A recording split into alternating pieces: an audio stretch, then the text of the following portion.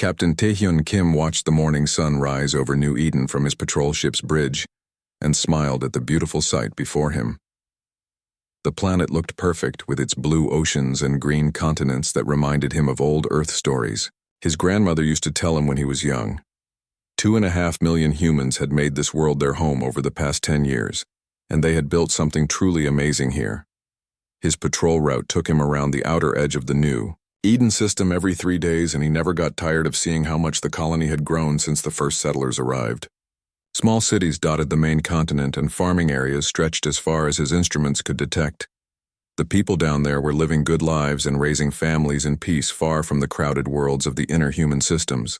Taehyun's sister Minji worked as a terraforming engineer on the planet's surface, and she sent him messages every week about her latest projects. She was helping to set up new atmospheric processors that would make the air even better for human lungs.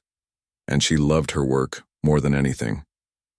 In her last message, she had been excited about meeting a nice man named Jinwoo, who worked in the agricultural department, and Taehyun hoped he would get to meet him soon. The colony administrator Donghyuk Park ran New Eden with a gentle hand, and everyone respected him for his fair decisions and kind heart. He had been one of the first settlers to arrive, and had watched the world grow from a few temporary shelters to a thriving human civilization. Donghyuk often said that New Eden represented the best of what humanity could accomplish when they worked together toward a common goal. Everything seemed normal as Taehyun completed his morning sensor sweeps of the outer system. No unusual ships had entered the area, and all the communication signals from the planet were routine reports about weather patterns and crop yields. The defense satellites that protected New Eden showed green lights across the board, and the automated, early warning systems remained quiet. But something felt different today, and Taehyun could not shake a strange feeling that had been growing in his chest since he woke up. His instruments showed nothing wrong, but his instincts told him to stay alert and keep watching the empty space around the colony. Years of military training had taught him to trust these feelings, even when logic said everything was fine. At exactly 11:30 in the morning New Eden time, a massive fleet of alien ships dropped out of hyperspace at the edge of the system. Taehyun's sensors went crazy as hundreds of unknown vessels appeared on his screens, and his heart started beating fast as he realized what he was seeing. These were not human ships, and they were not sending any friendly signals to announce their arrival. The alien fleet belonged to the Valkyrie Empire, and they had come to New Eden with only one purpose in mind. Admiral Thexmore commanded the attack force from his flagship, and he looked at the human colony with cold eyes that showed no mercy or compassion. The Valkyrie had ruled this part of space for thousands of years, and they saw human expansion as a threat that needed to be stopped immediately. Taehyun sent out emergency signals to New Eden and to Earth, but he knew help would not arrive in time to save anyone. The nearest human military base was 6 days away at maximum speed, and these alien ships would complete their mission long before any rescue force could reach the colony. All he could do was watch and record what happened so someone would know the truth about New Eden's final hours. The Valkyrie ships moved into attack formation with the precision of a military force that had conquered many worlds before this one. Their plasma cannons charged up with energy that made Taehyun's instruments scream warnings about dangerous radiation levels. The aliens were preparing to burn everything on the planet's surface and leave nothing alive behind them.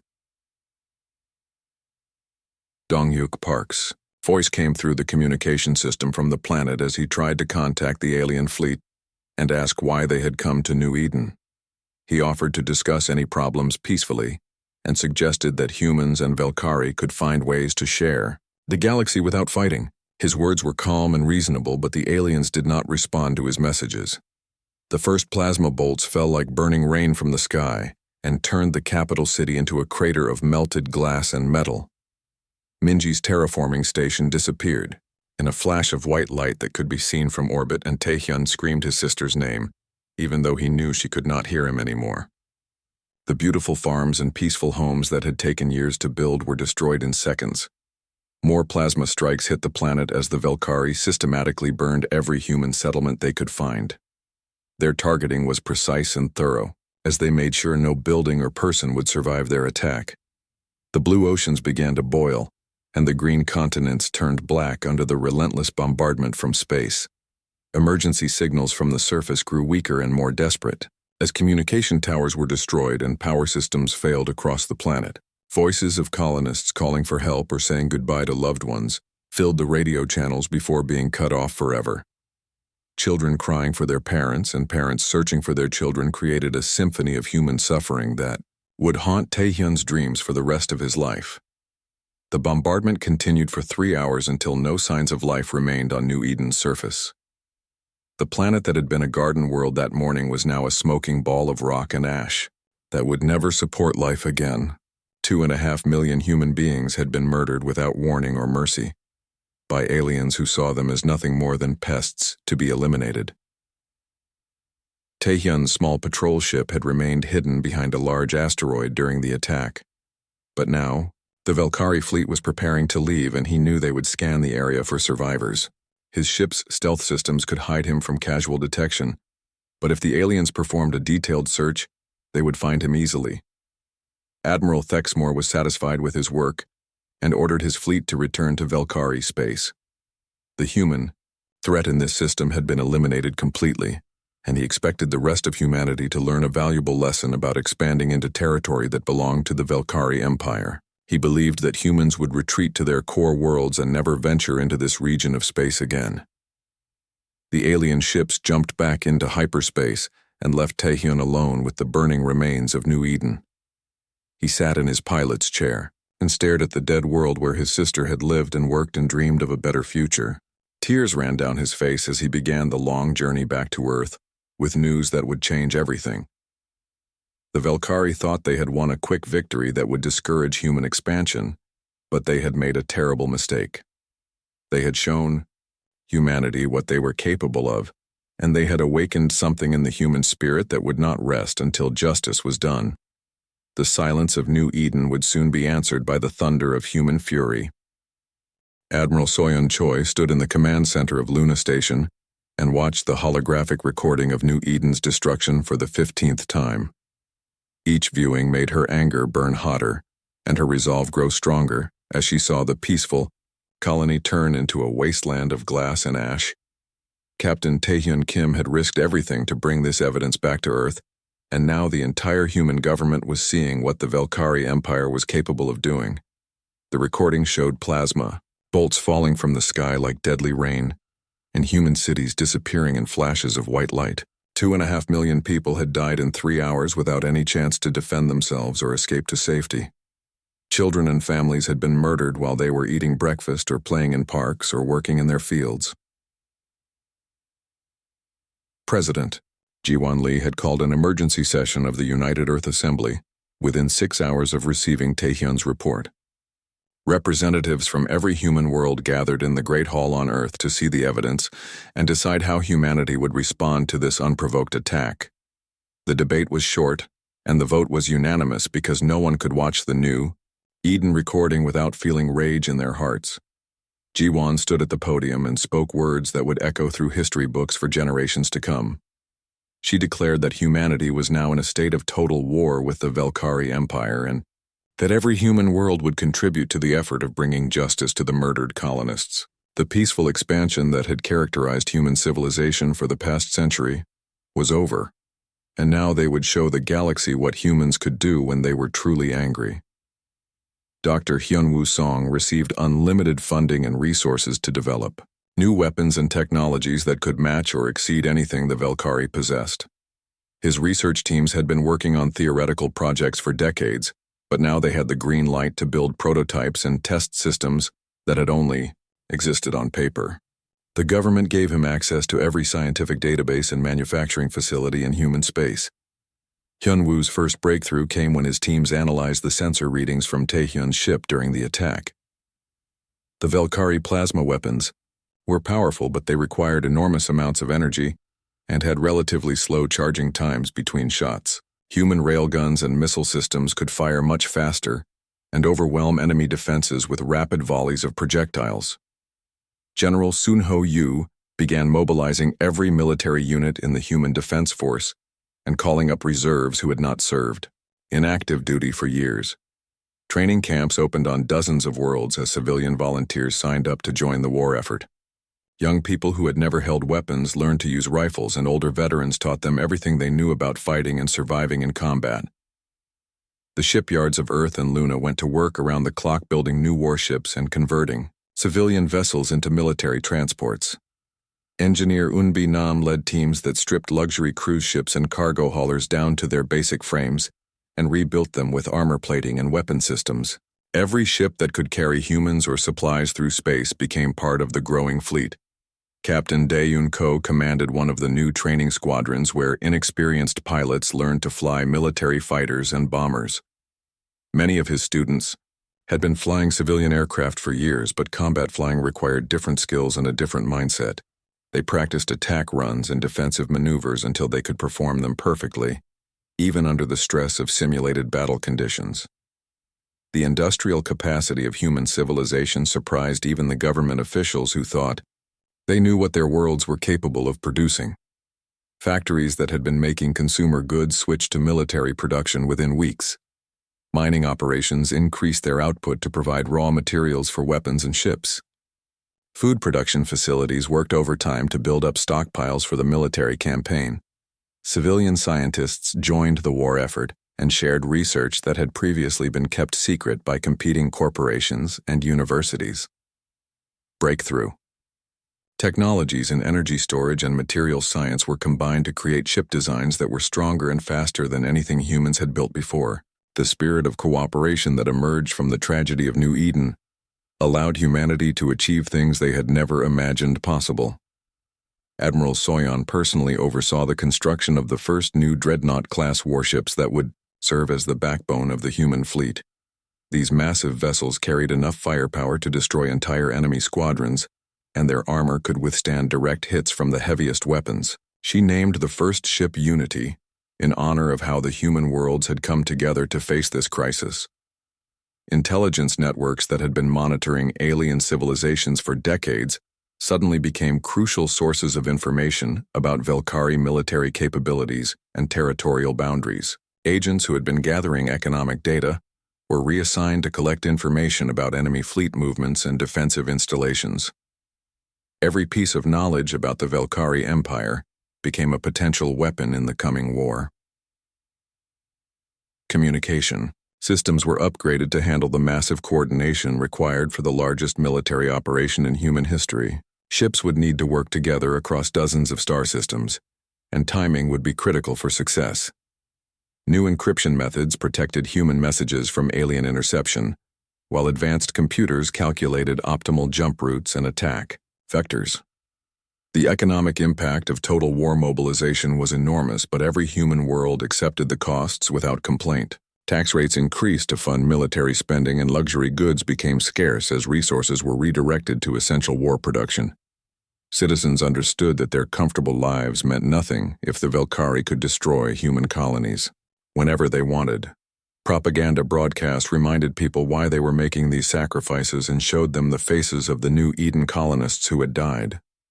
Minji Kim's engineering reports and Dongyuk Park's administrative logs were shared, so everyone could see what kind of lives had been destroyed by Velkari plasma weapons. The personal stories of the victims made the war feel real and necessary for every human in the galaxy. Medical facilities prepared for the casualties that would inevitably result from large-scale combat operations. Doctors and nurses received training in treating wounds from alien energy weapons, and new surgical techniques were developed for injuries that human medicine had never encountered before. Hospital ships were built to accompany the fleet and provide medical care in battle zones. After 6 months of preparation, humanity had assembled the largest military force in their history. 50,000 ships of various sizes filled the void around Earth and Luna as final preparations were completed. The smallest vessels were converted civilian craft with minimal weapons, while the largest were purpose-built dreadnoughts that could fight entire enemy fleets alone. Admiral Soyon stood on the bridge of her flagship and looked out at the incredible sight of the assembled armada. Every ship represented the hopes and anger of billions of humans who wanted justice for New Eden. The crews were ready, and the weapons were charged, and now it was time to show the Velkari Empire what happened when they murdered innocent humans. She opened a communication channel to every ship in the fleet and spoke the words that would begin humanity's first interstellar war. The Armada of Fury would carry human justice to the far corners of Valkyrie space, and no alien world would be safe until the massacre of New Eden had been answered with overwhelming force. Fleet Admiral Hijin Bayek studied the star charts spread across the holographic table in her command room, and marked another Valkyrie outpost for destruction. The human armada had been hunting through the border systems for 2 months, and every alien installation they found was systematically eliminated with ruthless efficiency. No Valkyrie vessel was allowed to escape and warn their homeworld about the approaching storm of human vengeance. The strategy was simple but devastating in its execution. Instead of charging directly toward the Valkyrie core worlds, the human fleet attacked every remote station and patrol base they could find. Each victory provided valuable intelligence about enemy technology and military procedures, while denying the aliens any advance warning about humanity's true capabilities. Commander Seungmin Lim led the boarding parties that captured Valkyrie equipment and prisoners from the installations they overran. His teams moved through enemy facilities with precision and speed, while alien defenders struggled to understand how humans had penetrated their supposedly secure positions. The element of surprise gave humanity a crucial advantage in these early engagements. The first major battle occurred at Kepler Station, where a Valkyrie mining operation extracted rare metals from asteroid fields. 300 alien workers and 50 military guards thought they were safe in the remote system, but they had not counted on human determination to hunt down every enemy presence. When the human ships appeared, the Valkyrie tried to send a distress signal but found their communications jammed by sophisticated electronic warfare systems.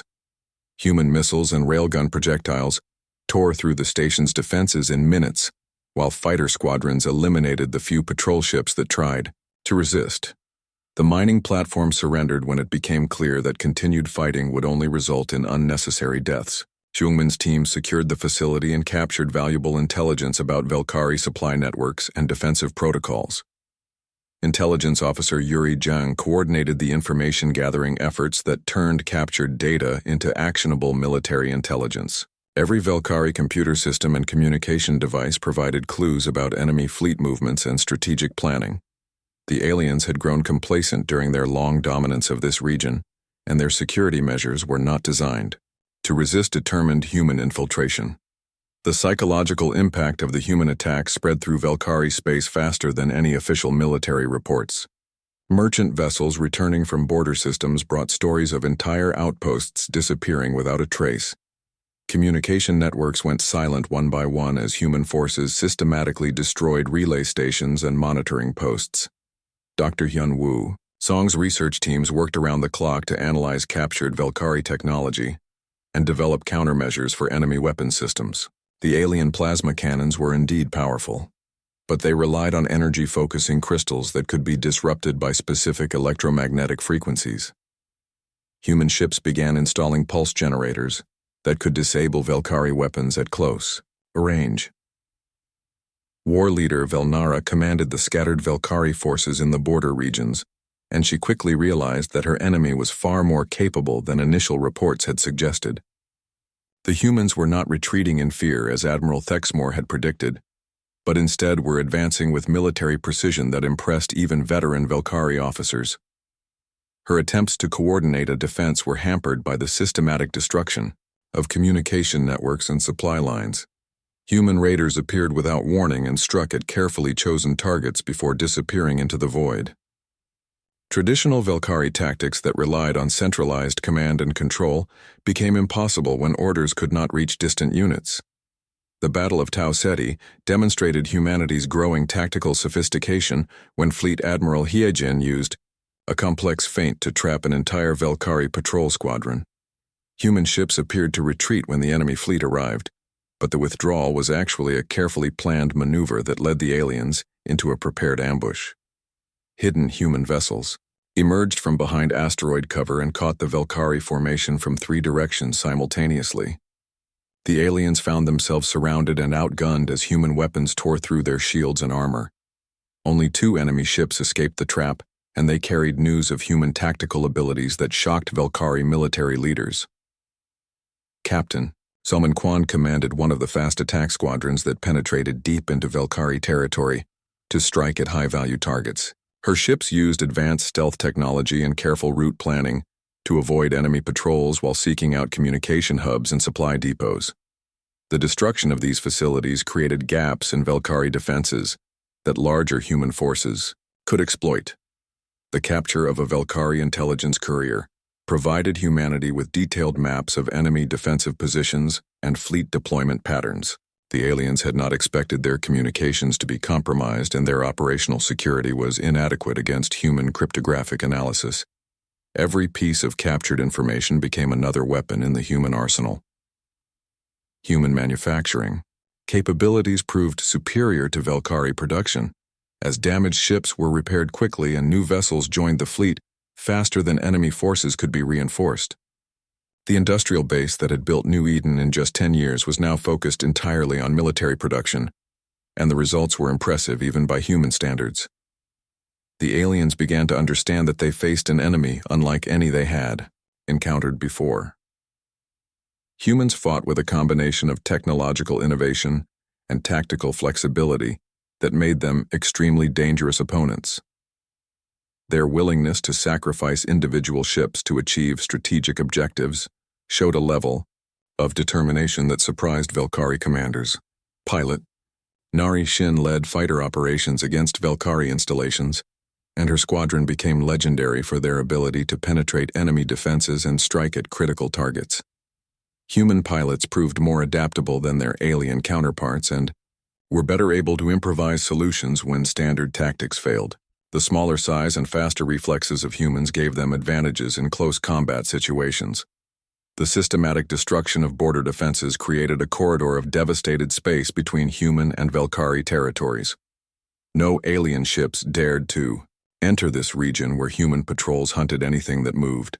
Supply convoys stopped running, and isolated garrisons found themselves cut off from reinforcement or resupply. Marine Colonel Chanwu Bei specialized in assault operations against heavily defended positions, and his troops became experts at breaching alien fortifications. Human infantry weapons were less powerful than Velkari energy rifles, but human soldiers were more agile and better trained in small unit tactics. Close quarters combat favored the humans who could move quickly through confined spaces. The fall of Proxima Base marked the end of organized Velkari resistance in the border systems. The massive fortress had been considered impregnable, but human. Engineers found ways to disable its defensive systems while assault teams captured key control points. The sight of their strongest position being overrun convinced many Velkari officers that humanity could not be stopped by conventional means. Emperor Morthek finally realized the magnitude of the threat facing his empire when reports reached the homeworld about the systematic destruction of border defenses. The humans were not simply raiding for revenge, but were conducting a carefully planned military campaign that would eventually reach the core Velkari worlds. Emergency meetings were called, and desperate plans were made to concentrate all available forces for a final decisive battle. The human armada had grown stronger with each victory as captured alien technology was integrated into their own systems. Hybrid weapons that combined human and Velkari design principles proved more effective than either species had achieved alone. The hunters had become the dominant predators in this region of space, and now they were ready to strike at the heart of the enemy empire. Emperor Morthek stood on the observation deck of his palace on the Velkari homeworld and watched the emergency fleet assembly with growing desperation. Every available warship in the empire was converging on the fortress system of Thulmara, where they would make their final stand against the advancing human armada. Nearly 30,000 Velkari vessels filled the void around massive orbital fortresses that had protected the empire for 1,000 years. The fortress system had never fallen to any enemy in its long history, and Morthek hoped that its powerful, defensive weapons would be enough to stop the humans before they could reach the populated core worlds. The orbital platforms mounted plasma cannons large enough to destroy entire fleets, and their shields could withstand bombardment from conventional weapons for days without failing. Battle coordinator Ji-Hoon An studied the sensor readings from human scout ships as they approached the Thulmara system and calculated the odds of success for the coming engagement. The Velkari had concentrated their entire remaining fleet in one location, which would make the battle decisive one way or another. Either humanity would break through the defenses, or their armada would be destroyed in the attempt. The human fleet had been reduced to 40,000 ships during the months of border fighting, but the remaining vessels were battle-tested and equipped with the best technology that both species could provide. Captured Velkari energy shields had been installed on human dreadnoughts, while alien plasma weapons were mounted alongside human railguns to create devastating hybrid armaments. Captain Soman Kwan commanded the vanguard fleet that would lead the initial assault on the outer defensive perimeter. Her ships were the fastest and most maneuverable in the human armada, and they would probe enemy positions to identify weak points for the main force to exploit. The intelligence gathered during their attacks would determine the overall battle strategy. Admiral Kyung-ho Han commanded the heavy assault fleet from his flagship Retribution, which carried enough firepower to level entire cities. The massive dreadnought had been built specifically for this campaign, and its weapon systems incorporated every advancement that human science had achieved during the war. Its crew was composed of volunteers who had lost family members in the New Eden massacre.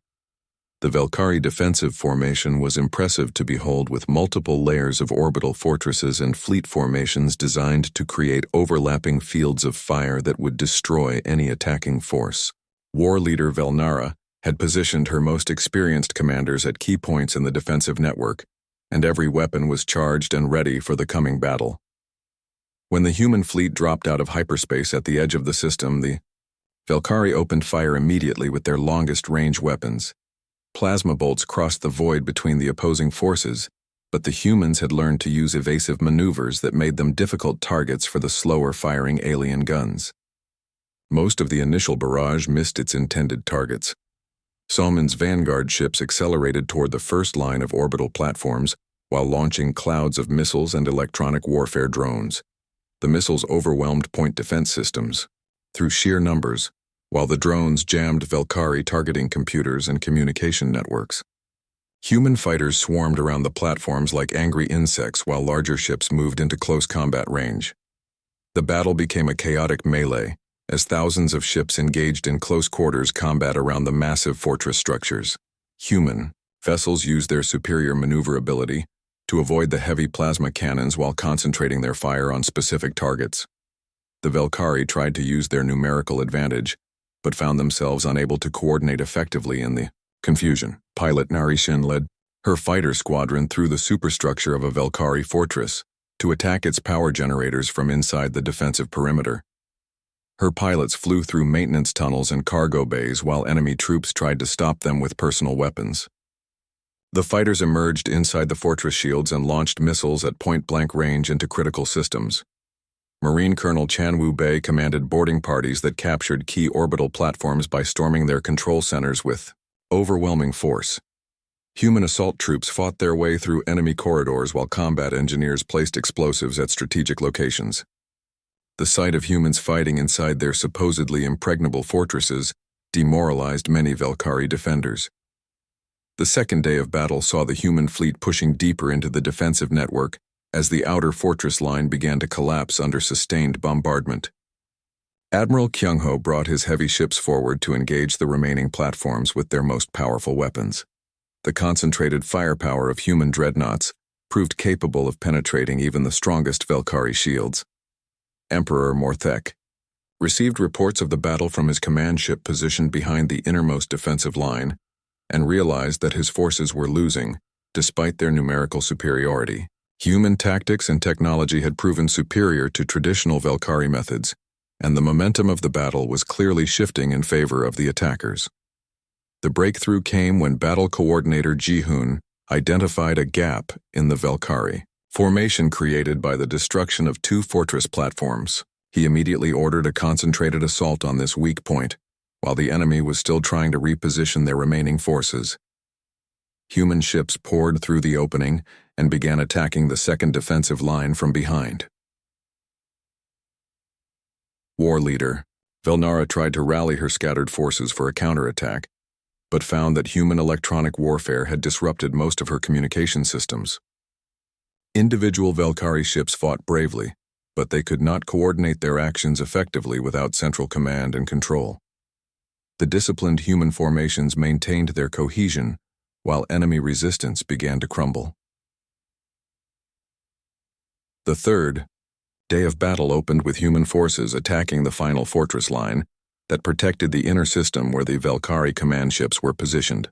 These platforms were the largest and most heavily armed in the entire defensive network, but they were also isolated and unsupported after the collapse of the outer defenses. Captain Taehyun Kim flew his ship directly at the command fortress, where Emperor Morthek was coordinating the final defense. The same man who had witnessed the destruction of New Eden now led the assault that would avenge his sister and all the other colonists who had died. His weapons locked onto the fortress shields and began the systematic bombardment that would end Valkyrie resistance. The Imperial flagship tried to escape when it became clear that the fortress could not be held, but human pursuit ships intercepted it before it could reach hyperspace. Plasma fire disabled the ship's engines and left it drifting helplessly as human boarding parties prepared to capture the Valkyrie Emperor. The symbol of alien dominance in this region of space was about to fall into human hands. Admiral Kyung-ho's dreadnought delivered the final blow to the last orbital fortress as its shields failed under sustained bombardment from multiple directions. The massive structure broke apart in a spectacular explosion that could be seen throughout the system. With its destruction, the Valkyrie defensive network collapsed completely, and surviving enemy ships began to surrender or flee. The Battle of Thulmara lasted 3 days and ended with the complete destruction of the Valkyrie Imperial fleet. Less than 5,000 alien ships escaped the system, while the humans lost only 8,000 vessels in the fighting. The fortress network that had protected the Empire for a millennium was reduced to scattered debris drifting in space. Emperor Morthek sat in his captured command center and stared at the tactical displays showing the extent of his defeat. The empire that his ancestors had built through conquest and intimidation was now at the mercy of the humans they had tried to eliminate. The survivors of his fleet were scattered across a dozen systems with no hope of regrouping for another major battle.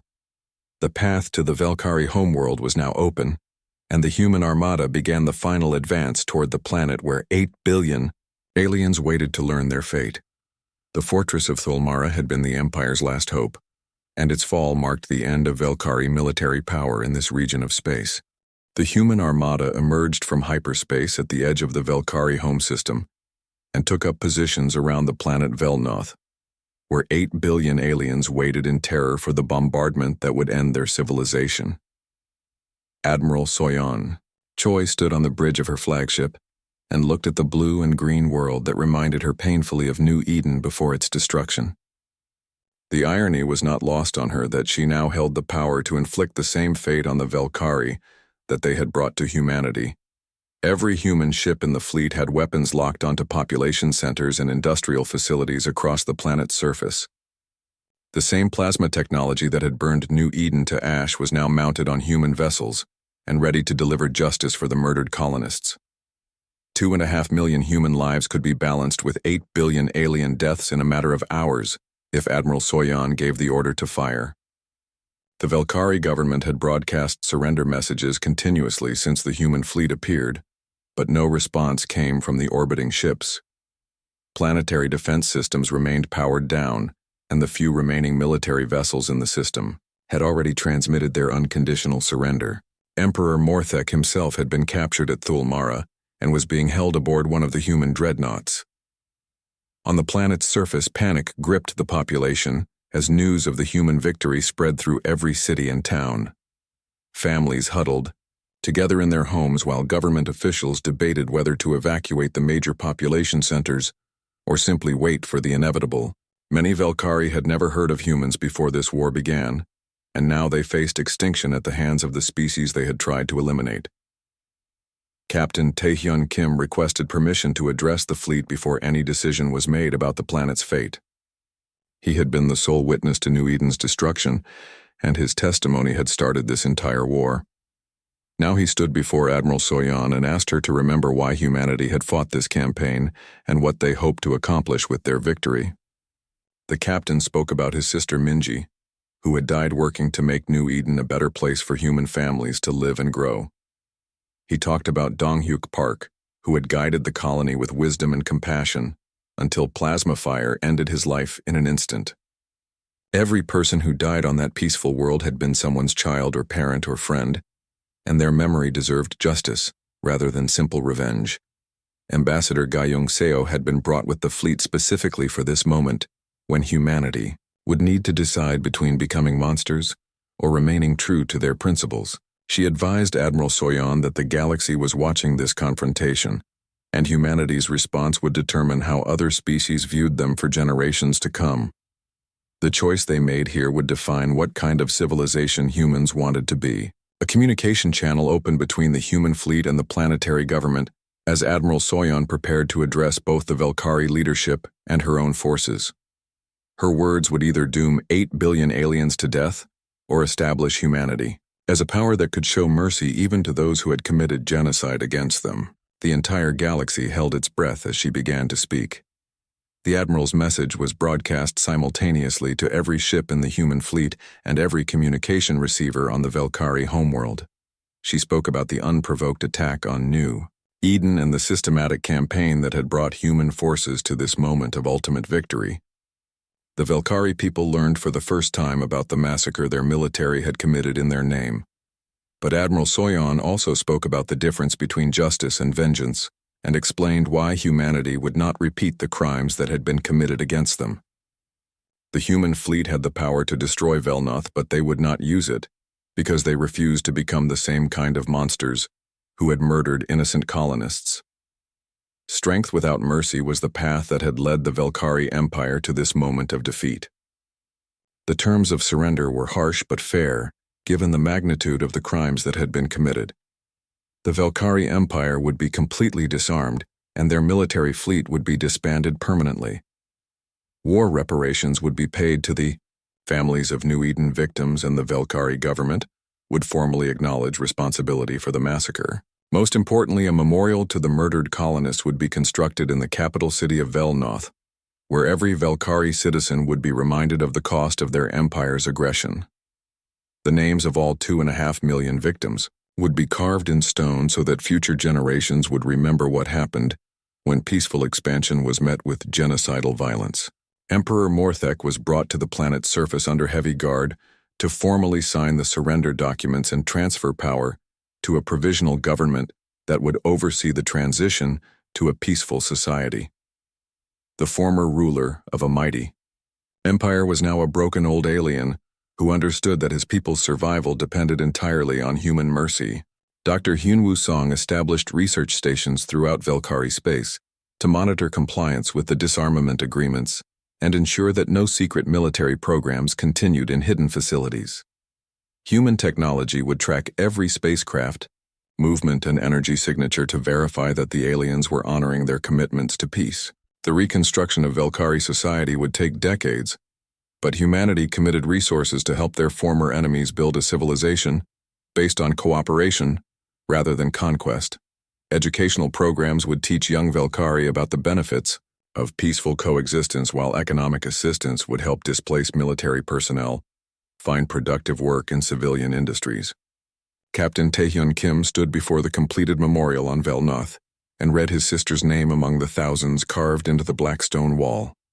Minji Kim had died believing that humans and aliens could share the galaxy in peace, and her brother had helped prove that this dream was still possible even after the horror of genocide.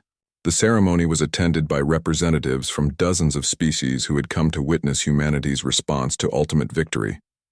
Many alien civilizations had expected the humans to become conquerors like the Velkari before them, but instead, they had chosen to build something better. The memorial became a symbol of hope that intelligent species could overcome their differences through understanding, rather than force.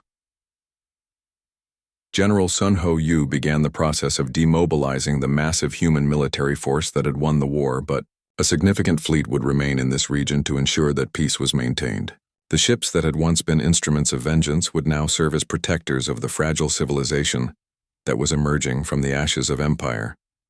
Intelligence Officer Yuri Jang established monitoring networks throughout former Velkari territory to watch for any signs of renewed militarism or aggression toward human colonies. The early warning systems would ensure that no future attack could be launched without immediate detection and response from human forces. The galaxy had learned an important lesson about humanity during the war and its aftermath. Humans could be driven to devastating fury when their families were threatened, but they could also show remarkable restraint when they held absolute power over their enemies. This combination of strength and mercy made them natural leaders in the emerging interstellar community. New human colonies began expanding into systems that had been abandoned during the fighting, as settlers sought to build homes in the territory that had been won through sacrifice and determination. These worlds would be heavily defended to ensure that no future aggressor could repeat the tragedy of New Eden. The Armada of Fury was formally renamed the Guardian Fleet as its mission changed from conquest to protection.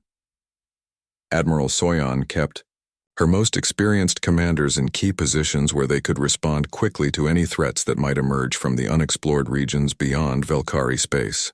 Captain Taehyun Kim accepted a position as Memorial Curator and spent his remaining years ensuring that the story of New Eden was preserved for future generations. His testimony about the massacre and the war that followed became required reading in schools throughout human space where children learned about the price of peace and the cost of freedom. The Valkyrie people gradually accepted their new role as junior partners in a galactic community, led by human principles of justice and cooperation. Some aliens resented their defeat, but most came to appreciate the mercy they had been shown and worked to build better relationships with their former enemies. Ambassador Gayung Seo established the first interspecies council where humans and aliens could resolve disputes through negotiation rather than warfare. The organization grew to include dozens of civilizations and became the foundation for a new era of peaceful expansion across the galaxy. The silence of New Eden had been answered not with mindless revenge, but with justice tempered by mercy. Humanity had proven that they could wage war with devastating effectiveness when necessary, but they had also shown that their true strength lay in their ability to build rather than destroy.